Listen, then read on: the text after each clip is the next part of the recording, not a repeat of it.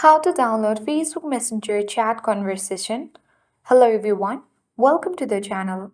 This is Rose and I'm here to guide you on how to download Facebook Messenger chat conversation.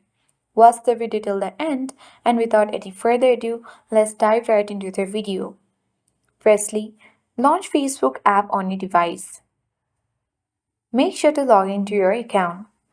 Tap three-line icon at top right corner of the screen. Scroll down and select Settings and Privacy and then choose Settings option.